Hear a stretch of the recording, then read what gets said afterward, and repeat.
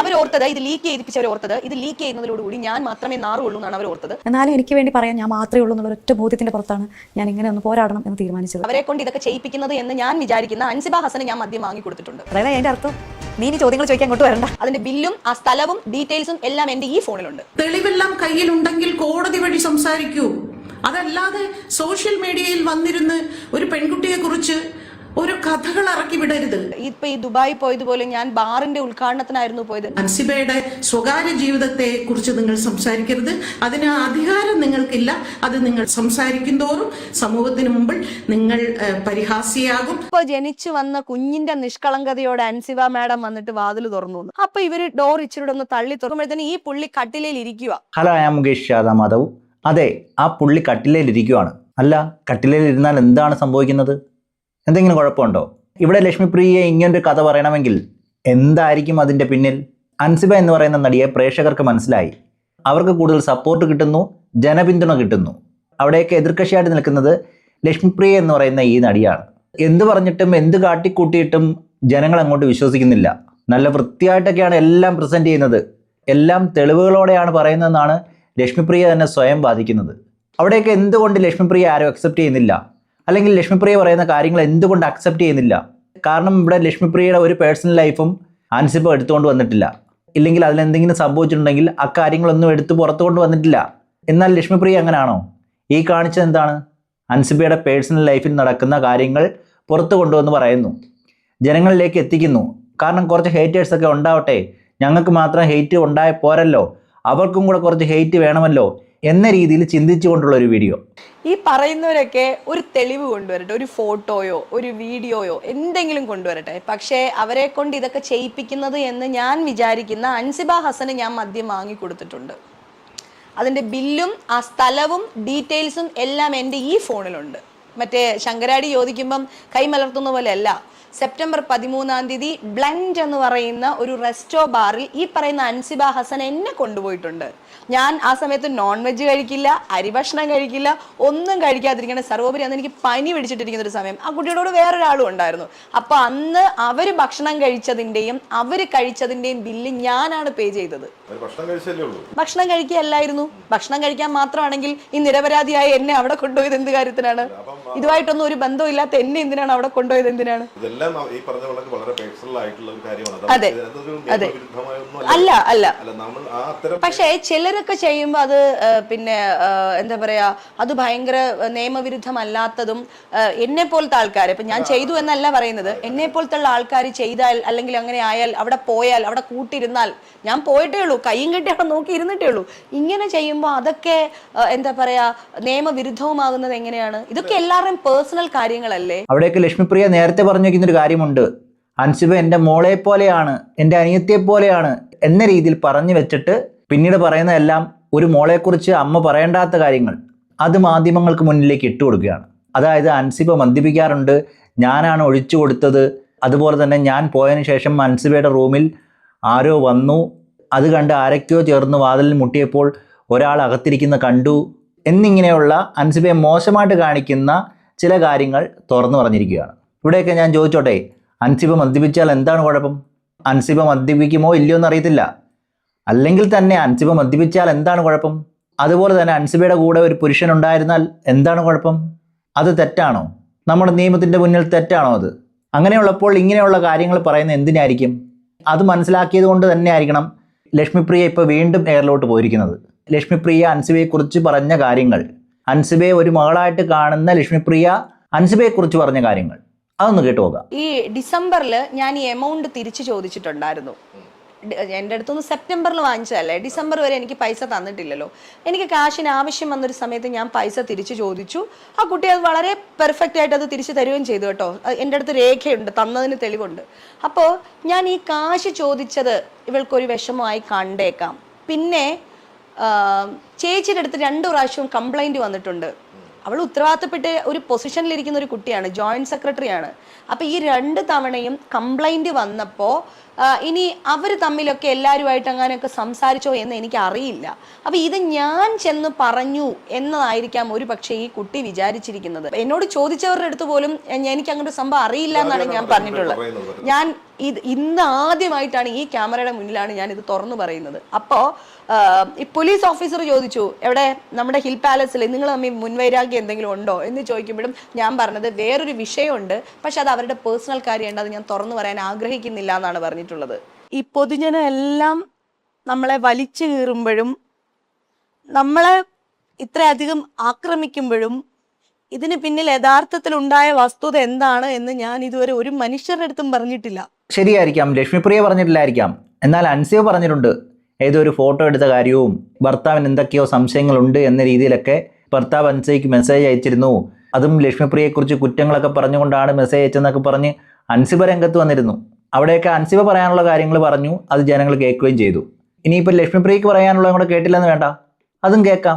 ഇപ്പൊ ഈ ദുബായി പോയതുപോലെ ഞാൻ ബാറിന്റെ ഉദ്ഘാടനത്തിനായിരുന്നു പോയത്.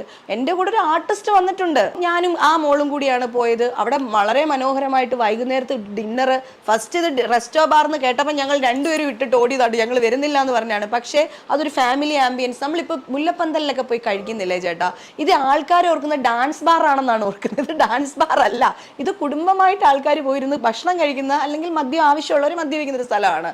അപ്പൊ അങ്ങനത്തെ ഒരു സ്ഥലത്ത് ആ കുഞ്ഞു ഒരു പാട്ട് പാടി, എനിക്ക് അവളുടെ അത്രയും പോലും പാടാൻ അറിയാത്തതുകൊണ്ട് ഞാനൊരു കവിത ചൊല്ലി. ഇതാണ് സത്യം. അപ്പം എൻ്റെ ചേച്ചിയുടെ ഭർത്താവ്, 23 വയസ്സുള്ള മകൻ, ആ ചേച്ചിയുടെ മറ്റു സുഹൃത്തുക്കള്, പിന്നെ പറഞ്ഞു വരുമ്പോൾ ഒരു വക്കീലുണ്ട്. ആ വക്കീലെന്ന് പറയുന്നത് എൻ്റെ ഒരു അമ്മാവനായിട്ട് വരും, എൻ്റെ റിലേറ്റീവാണ്, എൻ്റെ ഉമ്മയുടെ ഒരു ബ്രദറാണത്. പ്ലാമൂട്ടിൽ കുടുംബം എന്ന് പറഞ്ഞ പിള്ളേർ എൻ്റെ വീട്ടുകാരും പ്ലാമൂട്ടിൽ നിന്നാണ്. നമ്മളാണ് ഇത് എൻ്റെ അമ്മാവനാണെന്ന് ഞാൻ അറിയാം. അയ്യോ, ഞാൻ പറഞ്ഞു അപ്പൊ ഇവിടെ വന്നോണ്ട് എനിക്ക് എൻ്റെ അമ്മാവനെ കിട്ടിയല്ലോ, അത് കളഞ്ഞുപോയ അമ്മാവനെ കിട്ടിയല്ലോ എന്നൊക്കെ പറയും. നമ്മളൊക്കെ കുഞ്ഞുങ്ങളായിരുന്നപ്പോൾ കണ്ടാണ്, ഓർമ്മയില്ല. അത് എൻ്റെ അമ്മയുടെ നേരെ ബ്രദറിനെ പോലെയാണ് പുള്ളി കാണാനും ഇരിക്കുന്നത്, മനസ്സിലായില്ലേ? അപ്പൊ അങ്ങനെ ഞങ്ങളെല്ലാം ഫാമിലി ആയിട്ട് ചിരിച്ചും കളിച്ചും ഇരുന്ന് പോകുന്നൊരു സ്ഥലമാണ്. അവിടെ പോയതിനാണ് അത് പൂട്ടിയും പോയി കേട്ടോ, ആ സ്ഥാപനമേ പൂട്ടി പോയി. എന്നിട്ട് പിന്നെ അതിപ്പോ വേറൊരു റെസ്റ്റോ ബാറായിട്ട് അതിനെ കൺവേർട്ട് ചെയ്തു. ആ കുട്ടി ജയിക്കട്ടെ, ആ കുട്ടി പറയുന്നിടത്തോളം പറയട്ടെ, പോട്ടെ പോട്ടെ പോട്ടെ, എവിടം വരെ പോകുന്ന ഓർത്തിട്ടാണ് ഞാൻ ഇരുന്നത്. സത്യം പറയാമല്ലോ, ഈ വാക്കിൽ തന്നെ ഉണ്ട് എല്ലാം. ആ കുട്ടി ജയിക്കട്ടെ, ഏതറ്റം വരെ പോകുന്നു നമുക്ക് നോക്കാം. അതായത് അൻസിബയ്ക്ക് കിട്ടുന്ന ഈ സ്വീകാര്യത, ഇല്ലെങ്കിൽ അൻസിബ ജയിച്ചു എന്ന തരത്തിലുള്ള ആ തോന്നൽ, അത് വല്ലാതെ ലക്ഷ്മിപ്രിയയെ വിഷമിപ്പിക്കുന്നുണ്ട്.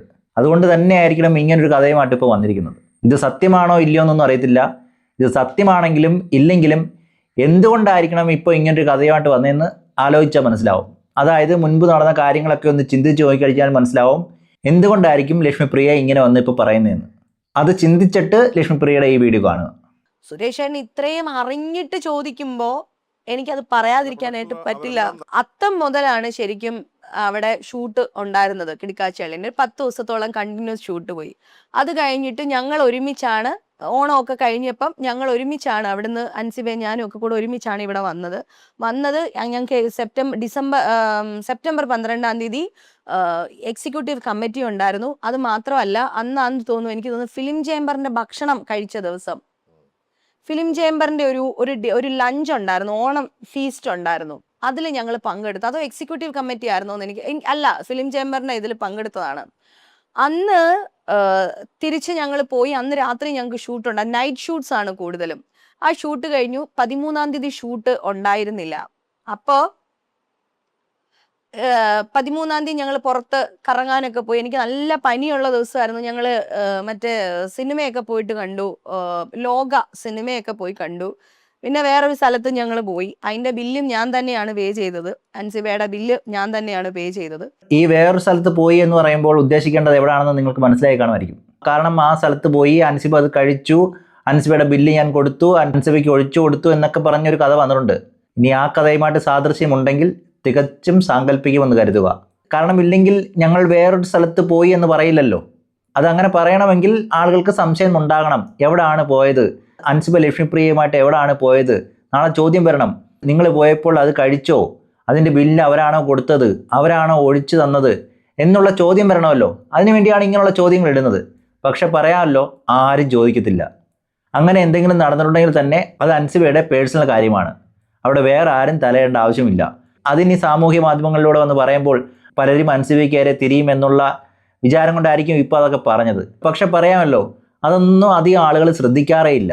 ഇനിയിപ്പം ലക്ഷ്മിപ്രിയ അത് പറഞ്ഞത് ശരിയാണെങ്കിൽ തന്നെ അത് ആർക്കൊരു വിഷയമല്ല. അത് പൊതുജനവുമായിട്ട് എന്താണ് ബന്ധം? അൻസിബ ചെയ്തതിൽ എന്തെങ്കിലും ഒരു കുറ്റമുണ്ടോ? ഒരു കുറ്റവും പറയാനില്ല. ഇനിയിപ്പോൾ ലക്ഷ്മിപ്രിയ പറയുന്നത് സത്യമാണോ ഇല്ലെന്ന് പോലും അറിയത്തില്ല. പക്ഷെ ജനങ്ങളിലേക്ക് അങ്ങനൊരു സംശയം ഉണ്ടാക്കി കൊടുത്തിരിക്കുകയാണ്. കാരണം എന്താണ്? അൻസിബ ജയിച്ചു പോട്ടെ, ജയിച്ച് വരുമ്പോൾ ഞാൻ പറയാം എന്നാണ് നേരത്തെ പറഞ്ഞു വെച്ചത്. എന്തായാലും ബാക്കി കൂടെ പറഞ്ഞാട്ടെ. അങ്ങനെ അന്ന് ഇവര് വിളിച്ചിട്ട് പറഞ്ഞു, പ്രൊഡക്ഷൻ സൈഡിൽ നിന്ന് വിളിച്ചിട്ട് പറഞ്ഞു 13-ാം തീയതി ഇവർ വിളിച്ചിട്ട് പറഞ്ഞു പടം ഒന്ന് സ്കെഡ്യൂൾ ചെയ്യുകയാണ്, കുറച്ച് അവർക്ക് എന്തോ ഫിനാൻഷ്യൽ പ്രശ്നങ്ങളൊക്കെ ഉണ്ട്, കുറച്ച് ദിവസം കഴിഞ്ഞിട്ടേ ഇനി ഷൂട്ട് തുടങ്ങുന്നുള്ളൂ, മാഡം ഒക്കെ പോകുന്നെങ്കിൽ പോയിക്കോളൂ എന്ന് പറഞ്ഞു. അപ്പോൾ ഒരു ദിവസത്തെ നൈറ്റ് ഷൂട്ടിന് വേണ്ടിയാണ് ഞങ്ങൾ ഇവിടുന്ന് റിസ്ക് എടുത്ത് വീണ്ടും തിരിച്ച് ചിറയൻകീഴ് വരെ പോയിരുന്നത്. അപ്പോൾ ആ ഷൂട്ട് നടന്നു.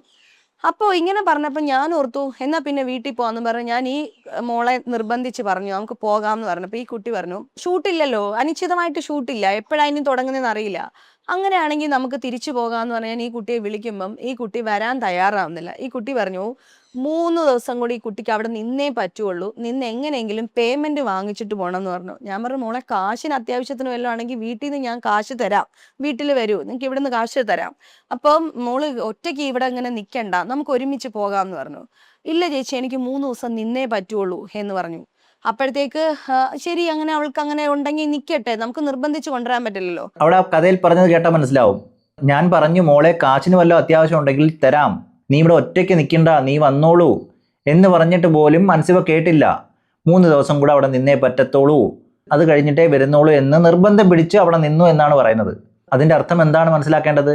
കാശിനല്ല അവിടെ നിൽക്കുന്നത്, വേറെ എന്തോ കാര്യത്തിനാണ്. ആ കാര്യത്തെക്കുറിച്ചാണ് ലക്ഷ്മി ചേച്ചി ഇപ്പം പറയാൻ വരുന്നത്. ഈ കഥ ശരിയാണോ എന്ന് പോലും അറിയത്തില്ല. ലക്ഷ്മിപ്രിയ പറയുന്ന കഥയാണ്. ഇനി ഇത് ശരിയായാൽ തന്നെ അത് അൻസിബയെ ബാധിക്കുന്ന വിഷയമല്ല. എന്നാലും കഥ കേൾക്കാൻ നല്ല രസമുണ്ട്. ലക്ഷ്മി ചേച്ചിക്ക് കഥയൊക്കെ പറയാൻ നല്ല രീതിയിൽ അറിയാം. അങ്ങനെ പിറ്റേ ദിവസം വെളുപ്പിനത്തെ വന്ദേ ഭാരതിന്റെ ടിക്കറ്റ് ബുക്ക് ചെയ്യും. രാത്രി 2 മണി വരെ ഞങ്ങൾ വർത്താനം പറഞ്ഞ് അവിടെ ഇരിക്കുകയും ചെയ്തു. ഞാനും അൻസിബയും കൂടെ വർത്താനം പറഞ്ഞിരുന്നു. അത് കഴിഞ്ഞ് 3 മണിയായപ്പോൾ ഞാൻ എൻ്റെ റൂമിൽ പോയി കുളിച്ച് ഫ്രഷായി എൻ്റെ പെട്ടിയൊക്കെ എടുത്ത് പോകുമ്പോൾ താഴെ ഞാൻ വണ്ടി കയറാൻ നേരത്ത് ഒരാളിനെ ഞാൻ കണ്ടു. ആള് മാസ്ക് ഇട്ടിട്ടുണ്ടായിരുന്നു. ആളുടെ കണ്ണിന്റെ ഒക്കെ ഭാഗങ്ങൾ അപ്പൊ നമുക്കൊരു പരിചയമുള്ള ഒരാളായിട്ട് നമുക്ക് തോന്നി. പക്ഷെ ആളെനിക്ക് ഞാൻ ഐഡന്റിഫൈ ചെയ്തൊന്നുമില്ല. പിന്നെ എനിക്ക് പറഞ്ഞപ്പോഴാണ് ഈ ആളാണല്ലോ ആളെന്ന് മനസ്സിലായത്. ഈ ആളെ ഞാൻ ജസ്റ്റ് കണ്ടതേ ഉള്ളൂ. കാരണം രാത്രിയല്ലേ, ആ സമയമല്ലേ, ജസ്റ്റ് ഈ നമ്മുടെ വണ്ടി ഓണായ ഇതിലാണ് കാണുന്നത്. അതെ, ലക്ഷ്മിപ്രിയ ഒരാളെ കണ്ടു, മുഖം മൂടിയിട്ട ഒരു വ്യക്തിയെ കണ്ടു. പക്ഷെ അപ്പോഴൊന്നും തിരിച്ചറിഞ്ഞില്ല. പിന്നീട് ആരൊക്കെയോ ചേർന്ന് പറഞ്ഞപ്പോൾ തിരിച്ചറിഞ്ഞു. അത് വല്ലാത്തൊരു തിരിച്ചറിയലായിപ്പോയി. പക്ഷെ ഇങ്ങനെയൊക്കെ പറയുമ്പോൾ ഉണ്ടല്ലോ, ആ കഥയ്ക്കൊരു സ്വീകാര്യത കിട്ടും. അത് ആളുകൾക്ക് കേൾക്കാനൊരു എൻജോയ്മെന്റ്, ആകാംക്ഷയൊക്കെ തോന്നും. അതിനുവേണ്ടിയായിരിക്കണം ഈ രീതിയിൽ കഥ പറയുന്നത്. ഇതിപ്പോൾ കേൾക്കുന്നവർക്ക് ലക്ഷ്മിപ്രിയയുടെ ഇന്റർവ്യൂ ആണോ അതോ വേറെ എന്തോ കഥ പറയുന്ന പോലാണോ എന്ന് തോന്നിയാൽ അത് തോന്നൽ മാത്രമാണ്. ഇത് ലക്ഷ്മിപ്രിയ ഇന്റർവ്യൂ കൊടുക്കുകയാണ്, സീരിയസ് ആയിട്ട് മാത്രം കാണുക. അങ്ങനെ തിരുവനന്തപുരത്ത് റെയിൽവേ സ്റ്റേഷനിൽ പോന്നു. വന്ദേ ഭാരത് ട്രെയിനിൽ കയറി ഞാൻ ഇവിടെ എത്തുന്നു. ഇവിടെ എത്തിക്കഴിഞ്ഞിട്ട് വീട്ടിലെത്തിക്കഴിഞ്ഞ് പിന്നെ ഏട്ടൻ എന്തോ വിളിക്കാൻ വന്നിട്ട് ഞങ്ങൾ ഒരുമിങ്ങ് പോന്നു. പിന്നെ ഞാൻ നോക്കുമ്പോൾ 100 കണക്കിന് മിസ്ഡ് കോൾസ് എൻ്റെ ഫോണിൽ കിടക്കുകയാണ്. എനിക്ക് ഭയങ്കര വെപ്രാളായിപ്പോൾ. ഒന്ന് ഞങ്ങളുടെ ഈ പ്രൊഡ്യൂസർ രതീഷ് സണ്ണി എന്ന് പറഞ്ഞ കോ പ്രൊഡ്യൂസർ, അതുകൂടാതെ ആ സെറ്റിലുള്ള production controller Rajesh Neyyattinkara, Sajith production manager Sajith, അങ്ങനെ ഒരുപാട് പേര്. പിന്നെ ഞങ്ങളുടെ ഹോട്ടലിന്റെ ഓണർ സജീർ എന്ന് പറഞ്ഞ സാറ്, പിന്നെ ഹോട്ടലിന്റെ മാനേജർ ഒരു പയ്യൻ, അതുപോലെ ഷീബ എന്ന് പറഞ്ഞ കെയർ ടേക്കർ, ഇങ്ങനെ കോൾ ലിസ്റ്റ് കിടക്കുക. അക്ഷരാർത്ഥത്തിൽ ഞാൻ പേടിച്ചു പോയി കേട്ടോ. അപ്പം ഞാൻ ജയിച്ചേട്ടൻ വന്ന് വണ്ടി കയറി ഇരുന്നിട്ടാണ് ഞാൻ തിരിച്ച് വിളിക്കുന്നത്. അപ്പം ആദ്യത്തെ കോൾ ഷീബ എന്ന് പറഞ്ഞ ചേച്ചിയുടെ കോൾ ലിസ്റ്റാണ്. അതിലേക്ക് ഞാൻ വിളിക്കുന്നു. വിളിച്ചപ്പം എൻ്റെ അടുത്ത് പറയുന്നത് ലക്ഷ്മി മാഡം റൂം, ഞങ്ങൾക്ക് അവിടെ അപ്പാർട്ട്മെന്റ് ഹോട്ടലാണ്, 2 റൂമും ഹാളും കിച്ചനുമായിട്ട് അപ്പാർട്ട്മെന്റ് ഹോട്ടലാണ്. അപ്പം അതിൽ ഒരു റൂമിൽ ഞാൻ, ഒരു റൂമിൽ അൻസിബ, ഇങ്ങനെയാണ് താമസിക്കുന്നത്. അപ്പം ലക്ഷ്മി മാഡം ഇറങ്ങിയ ഉടനെ 4 മണിക്ക് ഷാർപ്പ് ലക്ഷ്മി മാഡം ഇറങ്ങിയ ഉടനെ ഒരാള്, മാസ്ക് ഇട്ട ഒരാള് ഈ റൂമിലേക്ക് കയറി. അൻസിബ മാഡം വന്ന് ഡോറ് തുറന്നു കൊടുത്തു, അകത്തേക്ക് കയറി. ഇത് CCTV കണ്ടു എന്ന് പറഞ്ഞു. ഏത് രീതിയിലാണ് കഥ കൊണ്ടുപോകുന്നത് ഇപ്പോൾ മനസ്സിലായി കാണുമായിരിക്കല്ലോ. ഇത് ആരെയാണ് ബാധിക്കുന്നതെന്നും ഇത് ആർക്കായിരിക്കും മോശം ഉണ്ടാകുന്നതെന്നും എല്ലാവർക്കും മനസ്സിലായി കാണും. അതായത് ലക്ഷ്മിപ്രിയ ഇറങ്ങിയതിന് ശേഷം ഒരാൾ മാസ്ക് വെച്ച് ആരും അറിയാതെ അകത്തേക്ക് കയറിപ്പോകുന്നു. അവിടെ ആ റൂമിനകത്ത് അൻസിബയുണ്ട്. ഇങ്ങനെയുള്ളൊരു കാര്യം കേൾക്കുമ്പോൾ പലരും തെറ്റിദ്ധരിക്കുക, അയ്യോ അൻസിബ ഇങ്ങനൊരു വ്യക്തിയാണോ, ഇവരെയാണോ ഞങ്ങൾ സപ്പോർട്ട് ചെയ്തത്, ഒരിക്കലും ചെയ്തുകൂടായിരുന്നു, ലക്ഷ്മിപ്രിയ പറഞ്ഞതാണ് സത്യം എന്നുള്ള രീതിയിൽ മാറി വരുമെന്നായിരിക്കും ഇവർ വിചാരിക്കുന്നത്. പക്ഷെ ഞാനൊന്ന് ചോദിച്ചോട്ടെ, അൻസിബ ഒരു പ്രായപൂർത്തിയായ വ്യക്തിയാണ്. ആ കയറിപ്പോയ വ്യക്തിയും പ്രായപൂർത്തിയായ വ്യക്തിയാണ്. അവരൊരു റൂമിൽ ഇരുന്നെന്ന് വെച്ചാൽ എന്ത് സംഭവിക്കും? അവർ ഒരു റൂമിലിരുന്നാൽ മറ്റെന്തെങ്കിലും ആണോ? ഇനി മറ്റെന്തെങ്കിലും ആണെങ്കിൽ തന്നെ അത് മറ്റുള്ളവർക്ക് ചോദ്യം ചെയ്യാൻ എന്ത് അധികാരമാണുള്ളത്? അതുകൊണ്ട് തന്നെ ഈ ഒരു സ്റ്റോറി ഇനി ആ നിലവാരത്തിൽ നിങ്ങൾ കണ്ടാൽ മതി. അതേ എനിക്ക് പറയാനുള്ളൂ. സാറ് കണ്ടു എന്ന്, അതായത് നൈറ്റില് വോയിസ് കമാൻഡിങ് അവിടെ നൈറ്റിൽ ഇത് മോണിറ്റർ ചെയ്യുന്നത് ദുബായിൽ ഇരുന്നിട്ട് സജീർ എന്ന് പറഞ്ഞ ഈ റിവേര റെസിഡൻസിയുടെ ഉടമസ്ഥനാണ് ഇത് മോണിറ്റർ ചെയ്യുന്നത്. അപ്പൊ പുള്ളി പറയും, ഇതേ ചാവി അവിടെ വെച്ചിട്ടുണ്ട് മാഡം, മാഡത്തിന്റെ ഫുഡ് അവിടെ ഇരിക്കുന്നു. വോയിസ് കമാൻഡിങ് നമ്മൾ ആശരീരി കേൾക്കുന്ന പോലെ ഉണ്ടാവും. അപ്പൊ ഇദ്ദേഹം ഇത് കണ്ടു.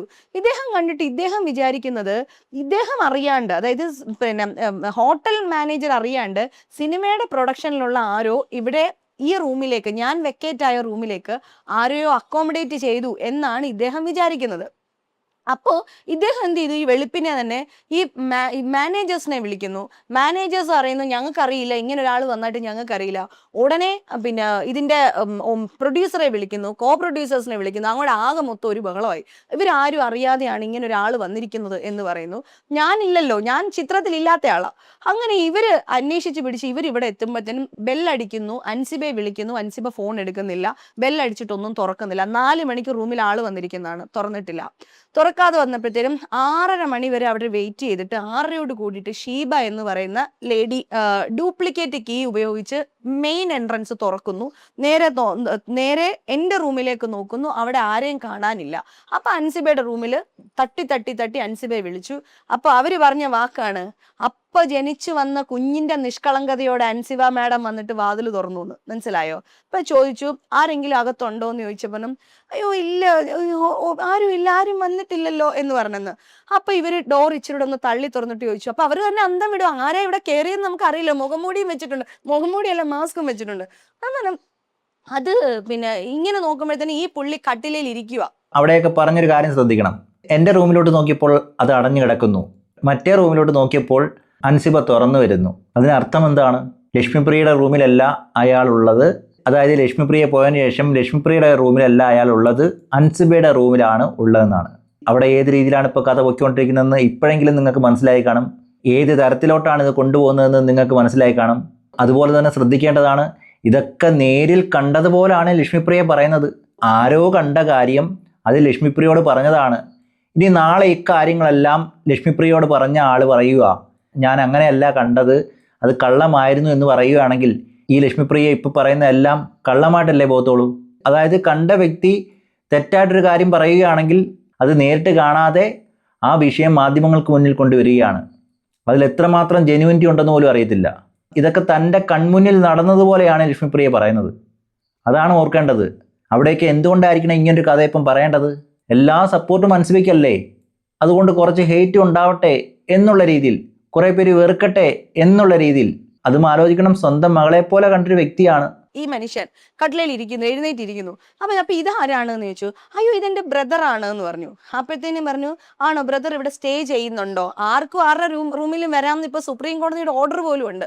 ബ്രദർ സ്റ്റേ ചെയ്യുന്നുണ്ടോ?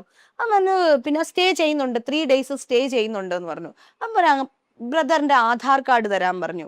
ആധാർ കാർഡ് ചോദിച്ചപ്പോൾ പറഞ്ഞു, അവർ 7 സ്റ്റാർ ഹോട്ടലിൽ ഇവരെ താമസിക്കുന്ന ആൾക്കാരാണ്, ആധാർ കാർഡ് ഒന്നും തരാനായിട്ട് പറ്റത്തില്ല, ID തരാൻ പറ്റില്ല, ഇതാന്ന് പറഞ്ഞു. ഭയങ്കര ബഹളം. അപ്പൊ സിനിമാക്കാരും ഇദ്ദേഹത്തിന്റെ അടുത്ത് വഴക്കിടുന്നു. ഈ ഞങ്ങളുടെ പ്രൊഡക്ഷൻ സൈഡിലുള്ള ആൾക്കാർ വഴക്കിടുന്നു. ഇത് മുഴുവൻ ഇവർ വീഡിയോ എടുത്തു വെച്ചിട്ടുണ്ട്. ഞാൻ പറയുന്നുണ്ടല്ലോ, ഞാൻ പറയുന്ന ഒരു കാര്യത്തിനും തെളിവില്ലാതെ ലക്ഷ്മിപ്രിയ സംസാരിക്കില്ല എന്ന് പറയുന്നുണ്ടല്ലോ. അപ്പൊ ഇവര് മൊത്തം ഇവിടുത്തെ വഴക്കും ഈ കാര്യങ്ങളും, പുള്ളി ഭയങ്കര ഭീഷണിയാണ് പെടുത്തുന്നത്. അങ്ങനെ ചെയ്യൂ ഇങ്ങനെ ചെയ്യുന്നൊക്കെ പറഞ്ഞ് മിഥിലാജ് എന്ന് പറയുന്ന വ്യക്തിയാണ്.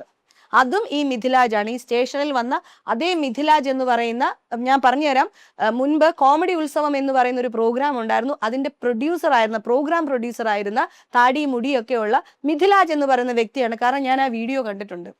അവിടെ വന്ന് അത് എൻ്റെ കയ്യിൽ ഞാൻ വാങ്ങിച്ചിട്ടില്ല, അത് എൻ്റെ ആവശ്യമില്ലാത്തതുകൊണ്ട് വാങ്ങിച്ചിട്ടില്ല. പക്ഷെ അതുണ്ട്, പലരുടെ കയ്യിലും അത് സേഫ് ആയിട്ട് ഉണ്ട്. എനിക്ക് എന്തെങ്കിലും ഒരു പ്രശ്നം വരുമ്പോൾ തീർച്ചയായിട്ടും അവരത് പുറത്തെടുക്കും. അങ്ങനെ ഒരു രേഖയുണ്ട്. ഇതിന് അൻസിബയ്ക്ക് വേണമെങ്കിൽ കേസിന് പോകാം.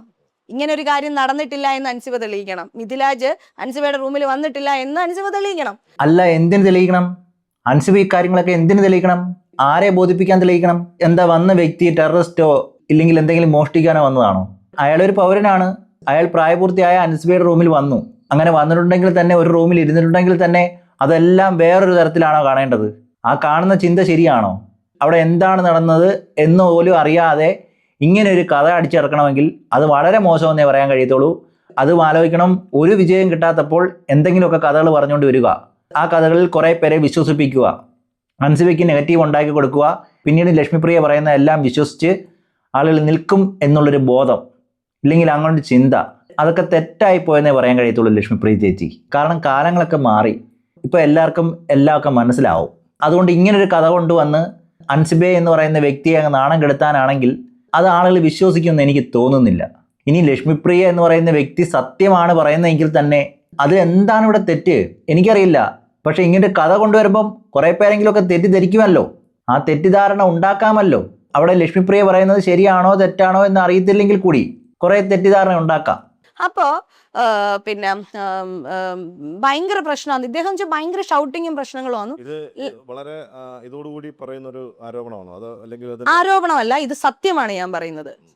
നമ്മുടെ അടുത്ത് രാജീവ് പറഞ്ഞ കാര്യം വെച്ചാല് അവിടെ വന്ന വിഷയം എന്ന് പറഞ്ഞാൽ അവർക്ക് അവിടെ ഇത് കൊടുക്കില്ല, കൊടുക്കാത്തതിന് വേറെ ചില റീസൺ അവർ പറയുന്നത്. അപ്പൊ എന്താണെന്നത് ആ റീസൺ ആണ് ഞാൻ പറയുന്നത്. അപ്പോ പിന്നെ അങ്ങനെയാണെങ്കിൽ ഇവിടുന്ന് പൊക്കോണം എന്ന് പറയുന്നു. നിങ്ങൾ വേറെ സ്ഥലത്തേക്ക് പോകണം എന്ന് പറഞ്ഞു. ID കാർഡ് തന്നാൽ അവർക്ക് സ്റ്റേ ചെയ്യാം, ID കാർഡ് ഇല്ലെങ്കിൽ സ്റ്റേ ചെയ്യാൻ പറ്റില്ല. അപ്പോൾ ഇവർ പറഞ്ഞു ഇവർ പോവുകയാണെന്ന് പറഞ്ഞു. അങ്ങനെ നമ്മുടെ പ്രൊഡക്ഷനിലെ ആൾക്കാരൊക്കെ അങ്ങോട്ടും ഇങ്ങോട്ടും ഒക്കെ മാറി ഒരു 10:30 കൂടിയിട്ട് ഇവര് പോകാനായിട്ട് തയ്യാറാവുന്നു. അപ്പോൾ അവിടുത്തെ ആ കുട്ടിയുടെ ലഗേജും സാധനങ്ങളും ഒക്കെ കെയർ ടേക്കറെ ഏൽപ്പിക്കുന്നു. അപ്പൊ ഇവർക്ക് മനസ്സിലായി ഈ കുട്ടി വീട്ടിലേക്കല്ല പോകുന്നത്. അപ്പൊ സ്വാഭാവികമായിട്ടും ഒരു സ്ഥലത്ത് അഭിനയിക്കാനായിട്ട് ഒരു പെൺകുട്ടിയോ ആരുമില്ലാതെ വരുമ്പോൾ അതിന്റെ ഉത്തരവാദിത്തം തീർച്ചയായിട്ടും ആ പ്രൊഡക്ഷനിലുള്ള ആൾക്കാർക്കല്ലേ.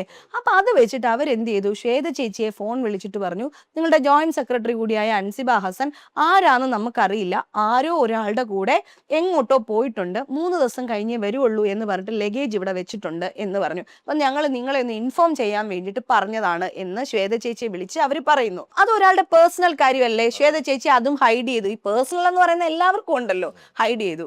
അല്ല, ഇപ്പൊ ലക്ഷ്മിപ്രിയ പറഞ്ഞുകൊണ്ടിരിക്കുന്നതെല്ലാം അൻസിബയുടെ പേഴ്സണൽ കാര്യമല്ലേ. അതായത് അൻസിബയുടെ കൂടെ ഒരാൾ വന്നു, അൻസിബയുടെ റൂമിൽ ഒരാൾ വന്നു, അതും അൻസിബ അറിഞ്ഞുകൊണ്ട് വന്നതെങ്കിൽ അത് അൻസിബയുടെ പേഴ്സണൽ കാര്യമാണ്. അതൊക്കെ ഇപ്പോൾ ഇവിടെ വന്ന് ഇങ്ങനെയൊക്കെ പറയണമെങ്കിൽ അത് എന്തുകൊണ്ടാണെന്ന് എല്ലാവർക്കും മനസ്സിലാവും. ഇവിടെ ലക്ഷ്മിപ്രിയ തന്നെ പറയുന്നുണ്ട് അതൊക്കെ പേഴ്സണൽ കാര്യമാണ്, അതുകൊണ്ട് എല്ലാം ഹൈഡ് ചെയ്തു. പിന്നെ എന്തിനാണ് താങ്കൾ ഇപ്പോൾ വന്ന് പേഴ്സണൽ കാര്യങ്ങൾ തുറന്നടിക്കുന്നത്? എനിക്ക് മനസ്സിലാവുന്നില്ല. ഒരാളെ എങ്ങനെയെങ്കിലുമൊക്കെ മോശക്കാരിയാക്കാനാണോ ശ്രമിക്കുന്നത്? എനിക്ക് അങ്ങനെയൊക്കെയാണ് തോന്നുന്നത്. ഹൈഡ് ചെയ്ത് കഴിഞ്ഞിട്ട് ID പ്രൂഫ് കൊടുത്തെങ്കിൽ ആർക്കും ഒരു വിഷയവുമില്ല, ആർക്കും ആരുടെ റൂമിലും വരാം. പക്ഷെ ID പ്രൂഫ് ഉണ്ടായിരിക്കണം. കൊടുത്തില്ല. അപ്പോ പിറ്റേ സ്കെഡ്യൂള് നമുക്കവിടെ പിന്നെ ഞാൻ വിളിച്ചു. ഈ വിവരം ഞാൻ അറിഞ്ഞിട്ട് ഈ ഷീബ എന്ന് പറഞ്ഞ ആൾ എന്നെ വിളിച്ചു പറഞ്ഞപ്പം ഞാൻ പറയാണ് അത് ചിലപ്പോൾ ആ കുട്ടിയുടെ ആങ്ങളെ ആയിരിക്കും ചേച്ചിന്ന്. അപ്പൊ എൻ്റെ അടുത്ത് പറയാം, ആങ്ങളെ എങ്ങനെയാണ് മുഖം മറച്ചൊരു പെങ്ങളുടെ റൂമിൽ വരുന്നത്? മാത്രമല്ല ഇത്രയും വലിയൊരു പെങ്ങളുടെ കൂടെ ആങ്ങളെ താമസിക്കില്ലല്ലോ. മാഡത്തിന്റെ റൂം അവിടെ ഒഴിഞ്ഞു കിടപ്പുണ്ടല്ലോ, എന്തുകൊണ്ട് ആ പുള്ളി അവിടെ താമസിച്ചില്ല? എന്തിന് ഈ മാഡത്തിന്റെ റൂമിൽ തന്നെ താമസിച്ചു? ഇതെന്താണ് പറയുന്നത്? ആങ്ങളെയും പെങ്ങളും ഒരു റൂമിൽ താമസിക്കത്തില്ല എന്ന്. മറ്റേത് ലക്ഷ്മിപ്രിയയുടെ റൂമാണെന്ന് പറയുന്നുണ്ട്, ഇത് അൻസിബയുടെ റൂമാണെന്ന് പറയുന്നുണ്ട്. അവിടെ ആങ്ങളെയും പെങ്ങളും ആണെങ്കിൽ അല്ല അതിനെയും വേറെ തരത്തിലാണോ കാണുന്നത്? ആങ്ങളെയും പെങ്ങളും ഒരു റൂമിൽ താമസിക്കത്തില്ല എന്ന് എന്തൊക്കെയാണ് പറയുന്നത്? നമുക്ക് ഉത്തരവില്ലാതെ പോവാണ്. അവിടെ ഞാൻ അൻസിബയെ സേവ് ചെയ്യാനേ നോക്കിയിട്ടുള്ളൂ. ഇത് കഴിഞ്ഞ് ഞാൻ ഈ കുട്ടിയെ വിളിച്ചപ്പോൾ എന്നോട് ചിരിച്ചിട്ട് പറഞ്ഞു, ചേച്ചിക്ക് അറിയില്ലേ 9 വർഷമായിട്ട് എനിക്കൊരു ബോയ് ഫ്രണ്ട് ഉണ്ടെന്ന് അറിയില്ലേ? അപ്പൊ അദ്ദേഹത്തിന്റെ കൂടെ ഞങ്ങൾ കന്യാകുമാരിയിൽ പോവാണെന്ന് പറഞ്ഞു. അങ്ങനെ കന്യാകുമാരിയിൽ പോയിട്ട് അവിടെ ഒരു കുബേരനും അവിടെ ഒരു ലക്ഷ്മി ഇരിപ്പുണ്ട് ശംഖ് കൊണ്ടുള്ള. ഒരു മിനിറ്റ് തന്നാൽ ഞാൻ എടുത്ത് കാണിച്ചു തരാം.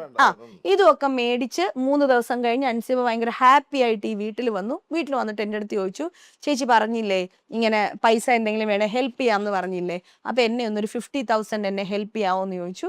ഞാൻ അകത്ത് പോയിട്ട് എൻ്റെ കയ്യിലുണ്ടായിരുന്ന പൈസയിൽ നിന്ന് 50,000 രൂപ ഈ കുട്ടിക്ക് ക്യാഷ് ആയിട്ട് കൊണ്ടുവന്ന് കൊടുത്തു. ഓക്കെ, കാശൊക്കെ എന്തായാലും കൊടുത്തു, നന്മമരമായി എന്ന് തന്നെ പറയണം. എന്തായാലും കഥ എല്ലാവർക്കും ഇഷ്ടപ്പെട്ട് കാണുമായിരിക്കും. കഥ ഏത് രീതിയിലോട്ടാണ് പോകുന്നതെന്ന് എല്ലാവർക്കും ഊഹിക്കാം.